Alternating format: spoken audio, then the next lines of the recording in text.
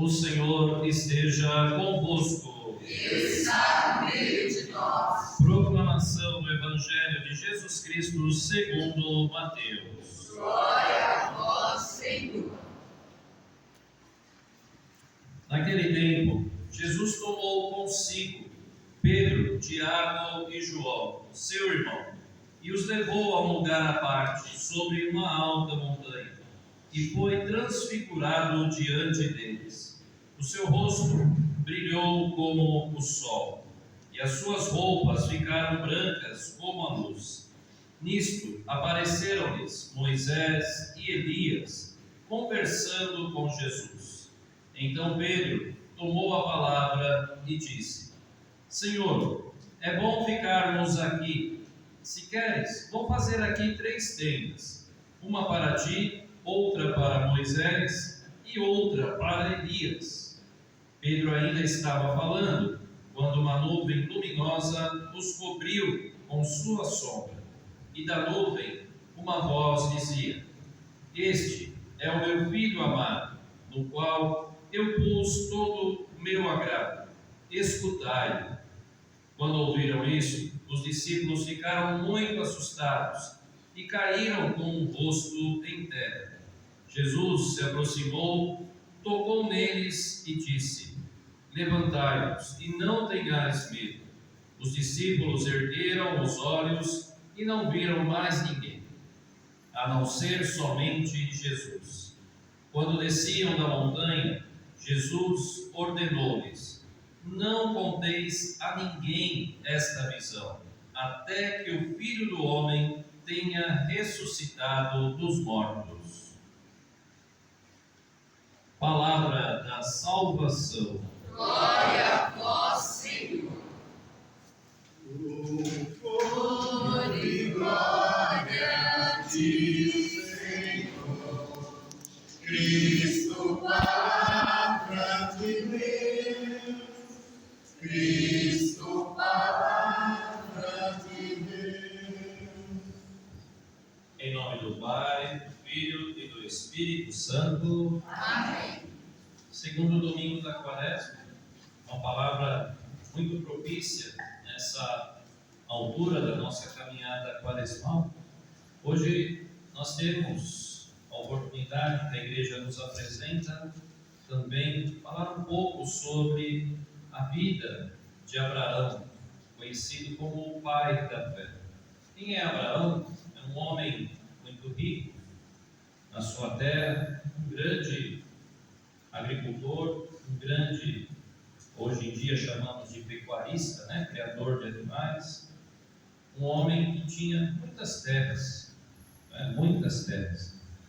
mas não conhecia a Deus. Muitas vezes a gente pode ter esse paralelo na nossa vida, de ter muitas coisas na nossa vida e não perceber que tudo que temos também provém de Deus e nós não reconhecemos, ou porque não queremos, ou porque também nunca ninguém nos indicou o caminho para seguir a Deus, No caso de Abraão, nós temos aqui a oportunidade de ver que o próprio Deus se manifesta a ele, e lhe faz um convite: sai da tua terra, da tua família e da casa do teu pai, e vai para a terra que eu vou te mostrar. Para se ter uma experiência de Deus verdadeira, a Igreja sempre nos ensina que é necessário se desprender, abandonar aquilo que é mais importante na nossa vida, que seja por um tempo ou por todo o tempo, porque quando Deus se manifesta, Deus quer colocar uma situação, em primeiro lugar, de segurança para a pessoa, para poder ir adiante para o conhecimento, a intimidade do próprio Deus.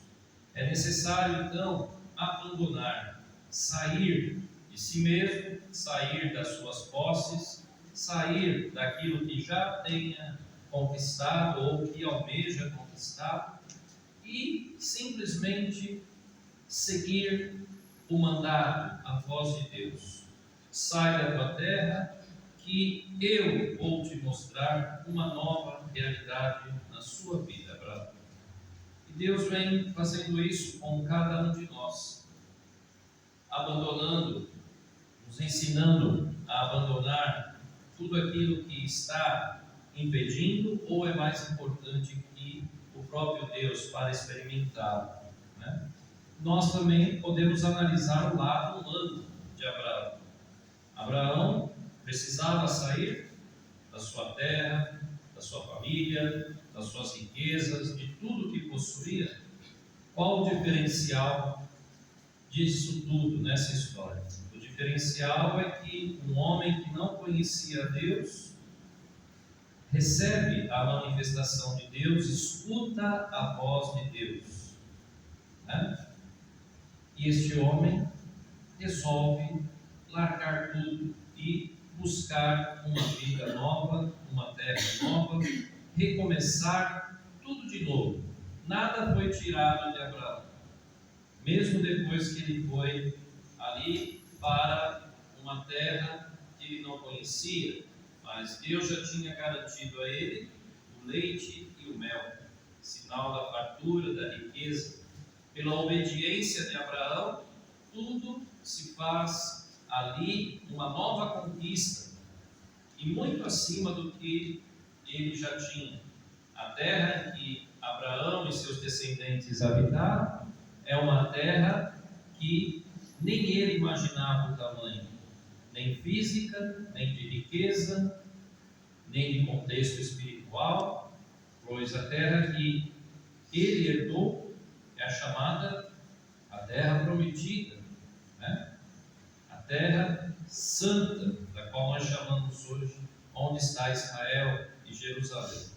A Abraão foi prometido uma terra nova, mas Abraão também já era uma pessoa de idade, não tinha descendência. E o que Deus faz por ele? Já com quase 90 anos, 86 anos, permite uma alegria na vida dele e de sua esposa. Tem um filho. Um filho que também vai herdar toda a bênção desta terra prometida, e através desse filho, todos nós também podemos dizer que somos descendentes de Abraão. Abraão, Isaac, e o filho de Isaac, Jacó, né? Que mais tarde se torna Israel, o pai das 12 tribos de Israel, os 12 filhos, as 12 tribos de Israel. E aí até hoje a descendência, né? Qual foi a riqueza maior de Abraão? Foi justamente ter seguido 100%, totalmente, o convite da voz de Deus. Se lançar em meio a uma insegurança deste mundo para se sentir seguro na promessa de Deus. Às vezes as pessoas querem continuar na segurança do mundo e esquecem da promessa de Deus, que nunca falha. Demora um pouco, talvez as pessoas não estejam amadurecidas para que ela aconteça de uma vez. Na vida de Abraão não aconteceu como um triz, né? Estralou o dedo, mudou de vida e continuou melhor do que já estava. Não, é preciso escutar, é preciso sair, é preciso se pôr a caminho de uma nova realidade. Mas a certeza de Abraão é que naquela nova realidade Deus estava à sua frente, Deus o protegia, Deus o amava, e era Deus mesmo que iria cumprir a promessa. Deus não faz uma promessa ou uma nova realidade na vida de alguém sem dar garantias. Sai, Abraão, e não para aí. Sai, Abraão, e eu te darei uma nova terra. Eu te darei descendência. Todos os povos lembrarão de você, porque tu serás o pai de um novo e definitivo povo. Por isso que se diz que todos nós somos descendentes de Abraão.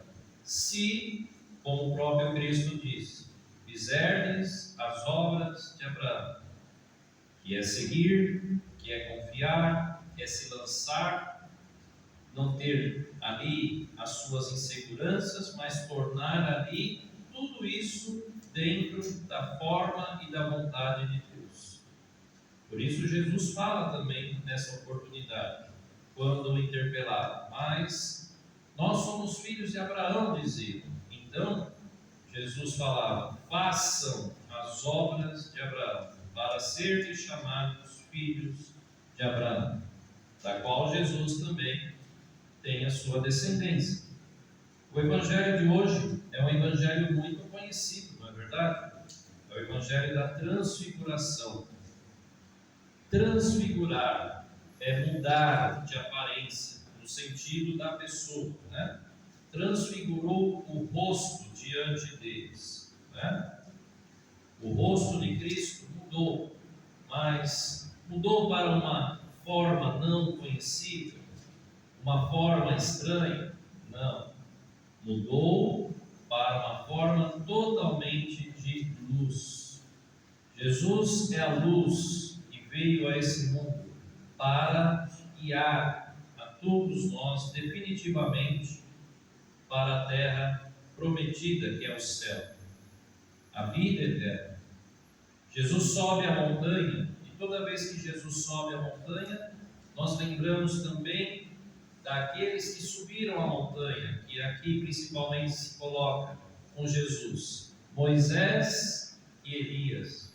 Moisés também sobe a montanha, e lá Deus devolve as tábuas da lei, ele desce. Elias representa os profetas, aqueles que anunciavam a vinda do Messias. Por isso Jesus está aqui entre Moisés, a lei, e Jesus é o cumprimento da lei, e os profetas, de um outro lado, representado por Elias, aqueles que anunciaram o Messias, a vinda do Messias. Só que com uma diferença: Moisés está de um lado, Elias está do outro, e Jesus está no meio deles. Jesus é o centro, Jesus está ali na parte mais importante, porque ele é o cumpridor da lei recebida por Moisés. Moisés não era o autor da lei, mas Cristo é o que cumpriu a lei dada por Deus a Moisés. Os profetas anunciavam o Messias, ele é o Messias. Por isso Jesus não pode ficar nem do lado direito nem esquerdo. Ele está aqui no Evangelho no centro, da qual todos nós também devemos olhar para o centro, onde está Jesus. Ao entrarmos na igreja, olhamos logo no centro o altar e a cruz, né? O sacrifício, a entrega que se torna vida, que se torna ressurreição por nós todos, da qual todos nós comungamos. É no centro da nossa história, da nossa vida, que Jesus está, né? Essa experiência também tem a presença daqueles que no início da igreja seriam ditos como os pilares da igreja, e são até hoje: Pedro, Tiago e João. São Pedro, o primeiro papa, né, a qual Cristo entregou as chaves. Tiago, o bispo de Jerusalém, da cidade santa, da terra santa. E João, a testemunha e a presença do discípulo amado, aquele que ficou com Maria, e Maria ali ao lado da cruz, o discípulo amado. Esses três discípulos também são tidos como os pilares da nossa igreja, né? A partir da pregação desses três, depois todos os outros, com São Paulo, a igreja se constituiu em seu testemunho, em sua vida, em suas práticas e principalmente na fé dos ensinamentos de Jesus. A reação de Pedro, Tiago e João é de espanto, como seria a nossa também. Imagina Jesus subindo no monte, de repente aparecem Moisés e Elias, já de noite, e Jesus transfigurado, luz. E Pedro fala: é bom estarmos aqui, não entendemos nada. Nós vamos fazer uma tenda para ti, Senhor, outra para Moisés e outra para Elias. Imagina, eles estavam apavorados. Só que Moisés e Elias já tinham morrido. E agora experimentam ali também a ressurreição, a promessa de Deus por Cristo. Moisés está ali para confirmar que Jesus é o cumpridor da lei. Elias está ali para demonstrar que todos os profetas falaram de Jesus, e é Jesus que está ali. E ali está apenas 3 homens. Esta notícia não era para ser dada para muito mais gente, mas só tem Pedro, Tiago e João. É aí que entra o testemunho. O testemunho precisa partir daqueles que têm fé em Cristo, para a comunidade aprender esta fé e viver esta fé no Cristo. E depois a comunidade se tornará toda missionária. Por isso Jesus fala: não conteis a ninguém o que vocês viram aqui. Por enquanto, chegará a hora. E quando é a hora de contar sobre Jesus, sobre esse fato ou qualquer outro fato? Quando você se convencer que Ele é aquele que deveria vir ao mundo para nos salvar, perdoar, nos amou e ainda nos dá a ressurreição. E é por isso que nós escutamos o fechamento do Evangelho dizendo: a própria voz de Deus. Este é o meu filho amado, escutai. É preciso escutar, e muito, e muito, e muito, aquilo que Cristo nos deixou, para depois muito, e muito, e muito praticar e anunciar. Quem não escuta a Cristo e se diz cristão, anuncia o quê? A si mesmo. Nós anunciamos aquele que nos amou e se entregou por nós na cruz e ressuscitou, ou anunciamos alguém que não fez nenhum tipo de entrega por nós? Nada falou, nada nos indicou de Deus. Por isso, cada vez mais, esse segundo domingo da Quaresma nos diz assim: este, o próprio Deus, é o meu filho amado. Escutai, aprendei dele tudo que você pode, tudo que você deve, se coloque à disposição. E o Evangelho termina dizendo que eles descem ao monte, e Jesus recomendando que não se fale nada do que aconteceu, porque é necessário que, por primeiro, se tenha pessoas que acreditem para anunciar a verdade. Anunciar aquele que é o cumpridor da lei e aquele que os profetas anunciaram, o próprio Cristo. Então eu convido a cada um de vocês, neste domingo, a pensarem, o quanto está se ouvindo Jesus. E não é um mandato, Jesus não fala assim diretamente. Mais tarde ele fala, mas em primeiro lugar fala: me escutem, sai aí não. Primeiro é Deus que manda, escutar o Filho. Depois o Filho dirá: quem escuta a minha voz não caminha nas trevas. Primeiro é Deus que fala: escutem o meu Filho. E depois de escutar, o próprio Cristo fala: escutando a minha voz, ninguém caminhará nas trevas.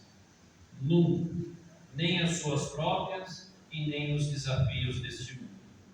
Na figura de Abraão, sejamos cristãos também desafiadores, que aceitam o desafio do chamado de caminhar para uma vida nova, uma terra nova, que é o céu, mas ainda neste mundo, com toda a segurança que Deus dá.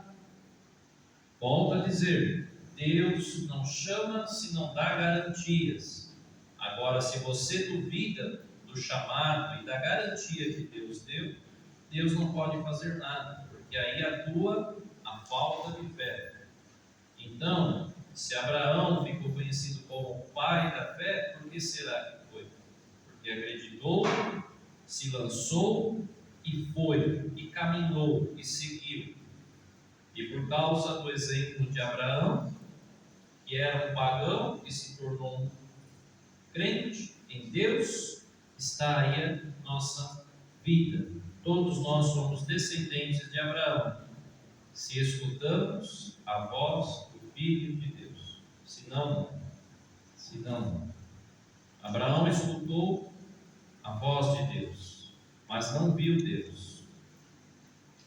Nós escutamos a voz de Cristo e vimos Cristo, pegamos Cristo, comungamos Cristo. Esta é a diferença. Esta é a diferença. Para caminharmos seguros nesta vida e neste tempo. Louvado seja nosso Senhor Jesus Cristo. Para sempre seja louvado.